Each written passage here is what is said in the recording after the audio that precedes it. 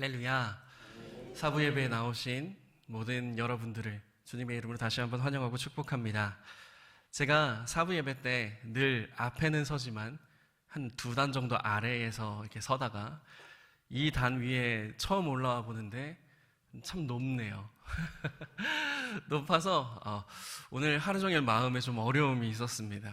근데 막상 또 올라와 보니까 사실은 사모하는 자리이기도 했기에 하나님의 말씀을 빨리 전하고 싶다라는 마음도 있었습니다. 그래서 오늘 이 시간 함께 하나님의 말씀을 나눌 때에 그 말씀을 삶에 담으시고 또 삶 가운데 실천하는 우리 모든 성도님들 되시기를 주님의 이름으로 축복합니다. 설교를 시작하면서 여러분들께 질문을 하나 하려고 합니다. 여기에 모이신 우리 청년들 또 우리 성도님들은 스스로 생각하시기에 내가 달리기를 좀 잘한다 생각하십니까? 그렇게 생각하시는 분들도 더러 계시겠죠? 혹시 내가 나 소시 쪽에 달리기로 하면 내 이름 좀 날렸지 라거나 혹은 달리기는 지금도 누구에게 안 지지 라는 생각을 하시는 분들도 계실 테고, 아니면 달리기를 잘하는 것 같기도 하고 아닌 것 같기도 하고, 달리기를 잘한다는 것의 기준이 뭘까라는 생각을 해보시기도 할 것 같습니다. 그래서 그런 아사모사함을 가지고 계시는 분들을 위해서 제가 이 달리기를 잘한다는 것의 명확한 기준을 말씀드리자면, 학교에서 운동회 할 때 계주 선수로 참여한 적이 있다라고 하시면 이 소시적에 달리기 좀 했다 자부하셔도 됩니다. 그러면 명확한 기준이 좀 생기죠. 여러분, 그 시절이 기억나십니까? 이 계주, 이어달리기는 정말 박진감 넘치고 재미있는 경기였었습니다. 이 천군, 백군으로 나뉜 학생들이 운동장에 나와서 직접 트랙을 만들고 선수들이 이렇게 뛰어갈 때 목이 터져라 응원하면 이 각 반에서 달리기 좀 한다는 친구들이 나와서 선수가 되어서 정말로 이 흙먼지를 내면서 뛰었던 이 운동회의 백미 중의 백미가 바로 이 이어달리기가 아닌가 싶습니다. 앞서 여러분들께 드렸던 그 질문, 이 소시적 달리기를 잘했는가라는 질문을 제게 해본다면 저는 어땠을 것 같나요? 딱 봐도 뭔가 달리기를 너무 잘할 것 같지 않나요? 별로 동의를 안 하시네요. 별로 동의를 안 하시겠지만 앞선 질문을 제게 해본다면 전 그렇다라고 대답할 수 있을 것 같습니다. 왜냐하면 저는 이어달리기 선수를 해봤거든요. 네. 별로 믿기지 않는다는 표정들이신데 절대 거짓말이 아닙니다. 다만 제가 이어달리기 선수를 할 수 있었던 이유는요, 제가 초등학생 때 저기 시골에 있는 분교를 다녔었습니다. 이 전교생이 30명밖에 안 돼서 15명씩 천군 백군을 나누다 보니까 저 같은 사람도 이 이어달리기 선수를 할 수 있었던 거죠. 그러니 그 의문과 의심의 눈을 어서 거두시기 바랍니다. 이유가 어찌되었건 저는 이어달리기 선수 출신이기 때문에 나름대로 이 이어달리기에 대한 노하우가 있습니다. 이어달리기에는 정말 중요한 포인트가 한 가지 있는데 이건 선수들만 알 수 있는 거거든요. 혹시 이 자리에 그 이어달리기 선수들이 계신다면 한번 대답해 주시겠습니까? 이어달리기를 잘해야 되는 정말 중요한 포인트가 뭘까요? 맞습니다. 네, 이어달리기에서 가장 중요한 것은 이 바톤이라 불리는 긴 플라스틱 원통을 다음 사람에게 잘 전달해 주는 것이 가장 중요합니다. 그것을 바톤 터치라고 하죠. 아무리 1등으로 달리고 있어도 다음 사람에게 바톤 터치를 잘못해 주면 1등이 꼴등으로 전락하는 것은 순식간입니다. 반면 꼴등으로 달리고 있더라도 바톤 터치만 제대로 이루어진다면 언제든 기회가 찾아오기 마련이죠. 때문에 이어달리기는 늘 긴장의 연속입니다. 누군가 압도적으로 달리다가도 이 바톤 터치라는 변수로 인하여서 순위가 순식간에 바뀌기 때문에 이어달리기는 끝날 때까지 끝나는 것이 아닙니다. 이 마지막 결승선을 통과해야 비로소 끝났다라고 환호할 수 있는 것이죠. 이 이어달리기는 우리의 신앙생활과 참 많이 닮아 있습니다. 먼저 우리의 신앙생활은 달리기에 비교되곤 합니다. 히브리서 기자는 12장 1절에 신앙생활에 대해서 이렇게 설명하는 것을 보게 됩니다. 새번역 성경으로 제가 한번 읽어보겠습니다. 그러므로 이렇게 구름대와 같이 수많은 증인이 우리를 둘러싸고 있으니 우리도 갖가지 무거운 짐과 얽매는 죄를 벗어버리고 우리 앞에 놓인 다름질을 참으면서 달려갑시다. 우리의 신앙생활은 이 히브리서 기자의 설명처럼 이 달리기와 같습니다. 달릴 때에는 몸을 가볍게 해야 되는 것처럼 우리의 신앙생활 역시 메었던 모든 짐들과 죄를 벗어버리고 가볍게 해야 합니다. 하지만 이 달리기는 몸을 가볍게 하되 턱끝까지 차오르는 숨을 참아야 되고 아프다 못해서 감각이 사라져가는 다리의 고통을 참아야 합니다. 신앙생활 역시 마찬가지이지요. 신앙생활은 참음의 연속입니다. 많은 유혹들을 참아내야 하고 세상의 비아냥도 참아내야 되고 시대의 흐름에 휩쓸려 가는 것을 버텨내야 하는 것이지요. 이러한 공통점들 때문에 우리는 신앙생활을 믿음의 경주라고 표현합니다. 이 믿음의 경주는 신앙의 선배들로부터 시작되어서 오늘날 우리에게까지 이어지고 있습니다. 마치 이어달리기처럼 이 믿음의 선배 선수들로부터 바톤을 받아서 우리의 믿음의 경주를 달려가는 중인 것이지요. 오늘은 본문을 통하여서 그 경주를 훌륭하게 마친 선배 선수의 이야기를 함께 나누고자 합니다. 소망하기는 이 앞서 달린 선배의 이야기를 통하여서 그 뒤를 따르는 우리가 더 힘차게 이 믿음의 경주를 감당하겠노라 결단하는 이 시간이 되기를 주님의 이름으로 축원합니다. 오늘 본문을 통해 등장하는 주인공은 바로 이 바울입니다. 바울은 우리가 잘 아는 것처럼 이 드라마틱한 스토리를 가진 인물이지요. 예수를 믿는 자를 박해하는 사람이었으나 부활하신 예수님을 만나고 예수 그리스도에게 눈이 멀어서 오직 예수만을 증거하는 삶을 살았던 사람이 바로 바울입니다. 이 바울은 참으로 치열하게 예수님을 믿었고 전했던 사람이었습니다. 사도행전에는 바울이 떠난 전도 여행에 대해서 기록하고 있는데 바울은 무려 이 3차례에 걸친 전도 여행을 통하여서 복음을 전합니다. 그 거리만 해도 약 13,000km 정도 되고 기간으로 따지면 약 10년 정도에 달합니다. 이동수단이며 교통로도 제대로 이루어지지 않았을 시대에 이 한 번의 여행으로도 쉽지 않았을 여정이었을 텐데 바울은 쉴 틈도 없이 3차례의 전도 여행을 감당합니다. 바울의 그러한 헌신으로 인하여서 유럽으로 복음이 들어가고 교회가 세워지며 많은 이들이 그리스도인이 될 수 있었습니다. 사실 여기까지는 우리가 잘 아는 이야기입니다. 바울의 이러한 행적은 우리가 너무 잘 아는 사실이지요. 정확히는 모를 수 있지만 그가 복음을 전하러 많은 곳을 다녔다라는 사실 정도는 우리가 익히 들어서 알고 있습니다. 그러나 우리는 이러한 바울의 여정에 대해서 대략 아는 정도가 아니라 좀 더 깊게 알 필요가 있습니다. 그가 그저 복음을 전하러 열심히 다녔다 정도가 아닌 그가 얼마나 치열하게 복음을 전하였는지를 알아야 합니다. 왜냐하면 그의 삶이, 그의 믿음의 경주가 그저 열심으로만 감당할 수 있었던 일이 아니었기 때문입니다. 바울이 쓴 편지, 이 바울 서신을 보면 바울의 감정이 곳곳에 녹아 있음을 발견합니다. 이 데살로니가 전후서, 고린도 전후서, 갈라디아서, 로마서 등등 이 바울이 쓴 편지들은 몇 개의 편지가 아니고서야 대부분이 교회에 보내는 편지입니다. 이 바울이 교회에 편지를 보냈던 이유는 각자의 교회에 많은 문제가 발생했기 때문인데요. 당시는 복음이 전해진 지 얼마 되지 않았고 이 교리라는 것이 세워지기 전이었기 때문에 유대인들은 유대인들이 믿고 싶은 방식대로, 이방인은 이방인이 믿고 싶은 방식대로 복음을 받아들였습니다. 또 이와 더불어서 이 다른 복음, 이단들이 침투하여서 교회를 어지럽혔습니다. 게다가 이 교회 내에는 분쟁이 일어나고요, 도덕적 타락이 일어나고 이 세속화의 문제가 점점 더 커져만 갔습니다. 이에 바울은 전도 여행 중임에도 각각의 교회에 편지를 보내어서 올바른 신앙이 세워질 수 있도록 노력합니다. 그러나 바울은 그렇게 노력하였음에도 불구하고 각각의 교회가 올바르게 세워지기 위하여서 정말로 헌신하고 편지를 써가면서 자신의 마음을 다 토로했음에도 불구하고 어디에서도 환영받지 못하던 그런 사람이었습니다. 먼저는 열성주의 유대인들에게 바울은 눈엣가시였습니다.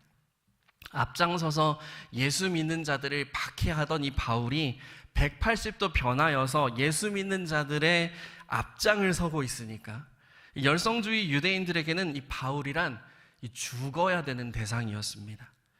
이 단적인 예로 사도행전 9장에는요, 바울이 다메섹으로 가는 길에서 예수님을 만나고 회심하는 장면이 기록됩니다.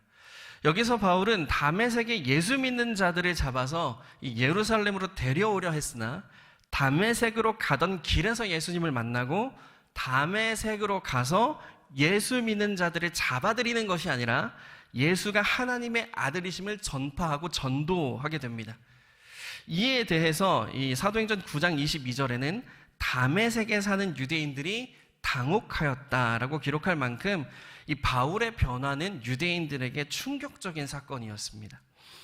이런 모습을 보던 유대인들은 바로 아래 23절의 기록처럼 이 변화한 바울을 죽이기로 마음먹습니다. 이는 후에 바울이 3차에 걸친 전도여행을 끝나고 로마 감옥으로 압송될 때까지 오랫동안 바울을 괴롭히는 위협으로 남겨지죠. 뿐만 아니라 바울은 이 그리스도인들에게도 환영받지 못했습니다. 박해자였던 바울이 회심했다라는 것을 믿지 못했던 것이죠. 사도행전 9장 26절에 의하면 바울이 예수님의 제자들을 사귀고자 했으나 다 두려워했다라고 기록하고 있으니 바울은 이쪽에서나 저쪽에서나 환영받지 못하는 그런 사람이었습니다. 게다가 바울은 자신의 사도권에 대해서 늘 공격을 받아야만 했습니다. 예수님의 제자도 아니면서 오히려 박해하는 사람이었으면서 이 사도라 불림받는 것에 대한 공격이 이 바울의 평생의 꼬리표처럼 따라다녔습니다. 그래서 바울은 서신서의 시작에 늘 자신이 사도로 부르심 받았음에 대해서 소개하고 고린도후서랑 갈라디아서 등의 서신에는 자신이 왜 사도인지에 대해서 변호하고 있음을 볼 수 있습니다. 여러분, 바울이 복음을 전할 당시의 상황이 조금 짐작이 되십니까? 아주 간단하게 설명드렸지만 바울은 복음을 결코 쉽게 전하지 않았습니다. 늘 죽음의 위협에 시달려야 했고 바울을 반대하는 사람들의 공격에 늘 전전긍긍했어야만 했고 때때로 감옥에도 갇혀야 했고 쫓겨나기도 하면서 복음을 전했습니다. 바울의 사역은 인간의 열심이라 하기엔 너무 무겁습니다. 바울의 사역이 스스로 열심을 내어서 했던 일이라면 지쳐 쓰러질 법한 일이었습니다. 그러나 바울은 쓰러지지 않았습니다. 지치지도 않았습니다. 핍박받아도 옥에 갇혀도 눈물을 흘릴지언정 포기하지는 않았습니다. 그는 쉬지 않고 계속해서 복음을 전했던 것이죠. 그렇다면 여러분, 우리는 이 대목에서 이런 질문을 해볼 수 있을 것입니다. 이 복음이라는 것을 전하면 죽음의 위기를 겪고 사람들한테 배척받고 여러 어려운 상황 가운데 놓여지는데 바울은 왜 계속 복음을 전하고 다닐까요? 그 혹독한 어려움에도 그가 멈추지 않을 수 있었던 이유가 무엇이었겠습니까?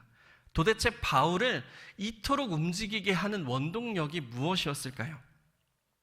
우리는 그 답을 오늘 본문에서 찾을 수 있습니다. 오늘 본문 사도행전 20장 24절을 다시 한번 함께 읽기 원합니다. 함께 읽겠습니다. 시작. 내가 달려갈 길과 주 예수께 받은 사명 곧 하나님의 은혜의 복음을 증언하는 일을 마치려 하면은 나의 생명조차 조금도 귀한 것으로 여기지 아니하노라. 아멘. 바울이 이토록 힘든 길을 포기하지 않고 달려갈 수 있었던 것은 그에게 사명이 있었기 때문입니다. 바울의 증언에 따르면 사명이란 생명조차 조금도 귀한 것으로 여기지 않게 만드는 원동력입니다. 이 소방관이 위험한 줄 알면서도 불 속에 뛰어들고 경찰관이 위험한 줄 알면서도 칼부림 안에 달려드는 것처럼 이 사명이란 위험하고 힘든 일인 것을 알면서도 생명마저 조금 더 귀한 것으로 여기지 않게 만드는 것입니다. 바울은 그 사명을 오직 예수 그리스도께 품었던 것입니다. 그래서 바울은 박해받았음에도 멸시당함에도 포기하지 않고 복음을 전할 수 있었던 것이죠. 예수 그리스도께서 바울 자신에게 주신 사명, 은혜의 복음을 증언하는 일에 자신의 생명을 다할 수 있었던 것입니다. 바울의 이 고백은 이 3차 전도 여행을 마치기 직전에 에베소 교회에서 눈물을 담아 선포했던 고별 설교의 일부분입니다. 아마도 다시 만나지 못할 이들에게 이 진심을 다한 설교를 했을 것이니 바울의 이 고백이 얼마나 애달픈 고백인지를 간접적으로 느껴볼 수 있습니다. 바울은 이후에 예루살렘으로 돌아가서 이제 선교 보고를 한 다음에 유대인들에 의하여서 목숨을 위협받고 감옥에 갇히게 됩니다. 이후에 로마로 다시 압송되어지고 삶이 다하는 날까지 복음을 전하다가 결국에는 순교하게 되어지죠. 바울은 감옥에 갇혀 자신의 목숨을 잃기 얼마 전에 삶이 얼마 남지 않았음을 깨달았는지 자신의 양아들인 디모데에게 편지 한 통을 보냅니다. 그 편지가 바로 이 디모데 후서인데, 디모데 후서에는 바울이 처한 안타까운 현실과 그럼에도 고난을 즐겁게 맞이하는 이 믿음의 고백들이 기록되어져 있습니다. 그러면서 바울은 자신이 사랑하는 아들 디모데에게 이와 같은 말을 남깁니다. 디모데 후서 4장 7절과 8절의 말씀 함께 읽겠습니다. 시작. 나는 선한 싸움을 싸우고 나의 달려갈 길을 마치고 믿음을 지켰으니 이제 후로는 나를 위하여 의의 면류관이 예비되었으므로 주 곧 의로우신 재판장이 그날에 내게 주실 것이며 내게만 아니라 주의 나타나심을 사모하는 모든 자에게 노니라. 아멘. 바울이 자신의 삶이 끝나갈 즈음에 자신이 살아온 날들을 돌이켜보며 이렇게 평가합니다. 나는 선한 싸움을 다 싸웠고 나의 달려갈 길을 믿음으로 마쳤다. 바울은 앞서 예수님께 받은 사명으로 달려갈 길에 생명조차 귀하게 여기지 않겠다 고백하였습니다.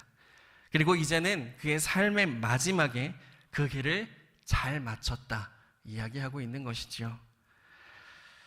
바울의 이러한 고백은 우리 삶에 정말 큰 울림을 남깁니다. 바울은 디모데후서 4장 7절과 8절의 고백으로 삶의 마침표를 찍었습니다. 그의 삶의 서사는 참으로 치열하였고 서글펐습니다.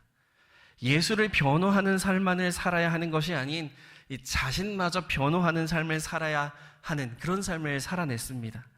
그렇게 치열하게 예수 그리스도를 증거하며 살았는데 결국 그 삶의 마지막에 머물게 되었던 곳이 추운 감옥 아닙니다.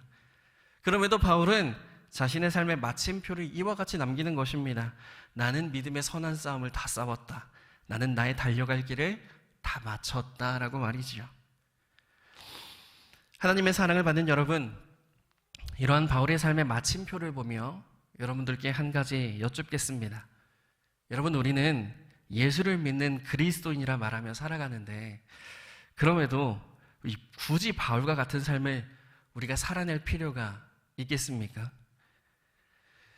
예수님께서 자신의 증인이더라 말씀하셔서 그 말씀대로 열심히 살았는데 그렇게 살았더니 박해받고 외롭고 누가 알아주지도 않고 결국 머무는 곳이 화려한 자리가 아닌 이 빛도 들어오지 않은 차디찬 어떤 곳에 머무는 삶이라면 우리가 그 삶을 살아내야 되겠다 그 마음을 품어낼 수 있겠습니까?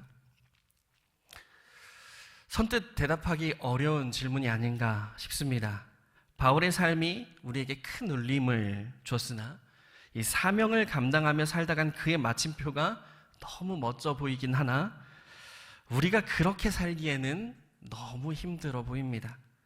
그러나 여러분, 이 물음에 반드시 대답을 해야 한다면 그 답은 바울과 같이 살아야 합니다가 되어야 될 줄로 믿습니다.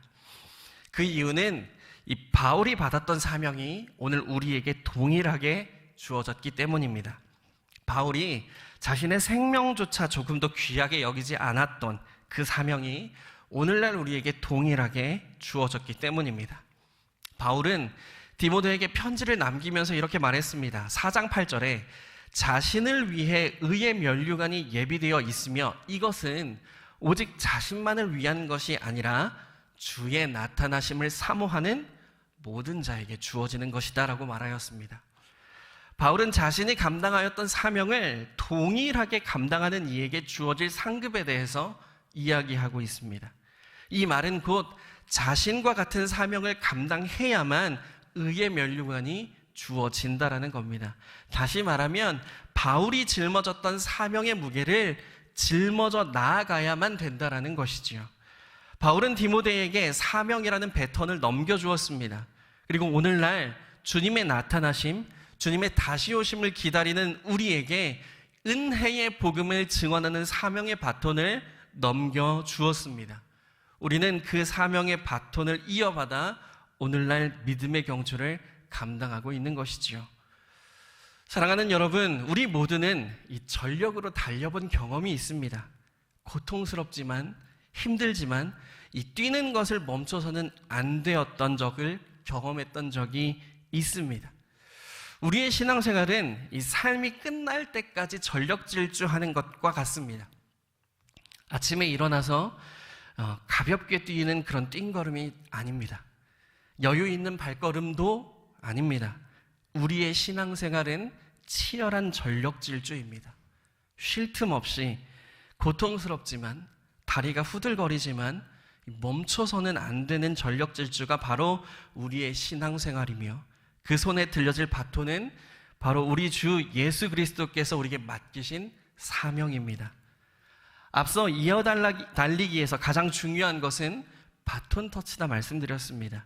바톤 터치가 잘 되어야만 속도를 유지할 수 있기 때문이죠. 그런 의미에서 우리의 믿음의 선배인 바울 선수는 우리에게 바톤을 너무나도 잘 전달해 주었습니다. 이제는 그 바톤을 이어받은 우리의 차례입니다. 우리는 바울의 사명을 이어받은 사람들로서 멈추지 않고 지치지 않으며 믿음의 전력 질주를 감당하는 사람들이 되어야만 합니다. 우리가 달려갈 길은 좁고 협착하여서 다니기가 어려운 길이지만 우리에게는 사명이 있기에 그 길을 달려갈 수 있습니다. 그 사명은 주님께서 베푸신 은혜, 죄인 중 괴수였던 바울이 주님의 은혜 아래 사도가 되었던 것처럼 죄인이었던 우리를 의롭다 칭해 주시며 구원의 백성 삼아주신 주님의 은혜를 증거하는 것입니다. 그것을 증거하는 일이 결코 쉽지는 않겠지만 우리에게 있는 은혜의 감격으로 인하여서 은혜의 복음을 증언하는 일에는 생명조차 귀한 것으로 여기지 않을 수 있습니다. 우리가 그렇게 생명조차 아끼지 않고 믿음의 경주를 감당한다면 그 결승점에 의의 면류관을 들고 기다리는 주님을 만나 뵙게 될 것입니다. 의의 면류관을 들고 기다리시는 주님을 만날 때에는 그간의 믿음의 경주가 진행되면서 우리 삶에 일어났던 모든 생채기와 고통스러웠던 순간들이 치유될 것이며 거칠게 호흡했던 그 순간들로부터 자유케 될 것입니다. 그렇게 주님을 만나 뵙고 그 품에 안긴다면 우리는 그때서야 비로소 우리의 선한 싸움을 다 싸우고 우리가 달려갈 길을 마쳤다라며 안도의 한숨을 내쉬고 믿음의 경주를 마칠 수 있게 될 것입니다. 그러니 여러분, 주님께서 우리에게 씹어주실 그 의의 면류관을 기대함으로 그 면류관을 바라보며 믿음의 경주를 쉬지 않게 되기를 소망합니다. 우리가 언제 주님을 만날지 모르고 주님께서 또 언제 오실지 모르지만 그날이 언제이든 사명을 위해 은혜의 복음을 증언하는 일에 전력 질주하는 저와 여러분이 되기를 주님의 이름으로 축원합니다. 이 시간 그것을 결단하는 마음으로 주님, 제가 주님께서 맡기신 사명, 은혜의 복음을 증언하는 일에 내 생명도 귀한 것으로 여기지 않겠습니다 라는 마음으로 이 바울의 삶이 담긴 고백 사도행전 20장 24절을 다시 한번 함께 읽기 원합니다. 함께 읽겠습니다. 시작.